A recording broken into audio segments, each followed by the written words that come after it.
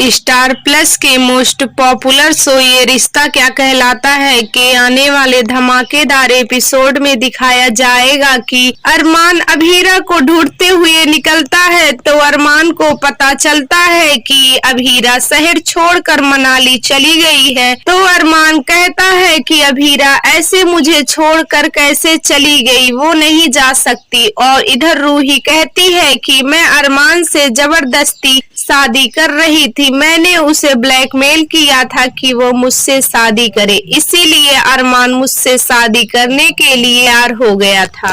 उसके बाद अरमान रूही से शादी नहीं करता और वह सब कुछ छोड़ करके अभीरा को ढूंढने में लग जाता है। और जब रूही को पता चलता है कि अभीरा मनाली चली गई है तो वह बहुत ही खुश हो जाती है और कहती है कि चलो अच्छा ही हुआ कि अभीरा यह शहर छोड़कर दूसरे शहर चली गई है।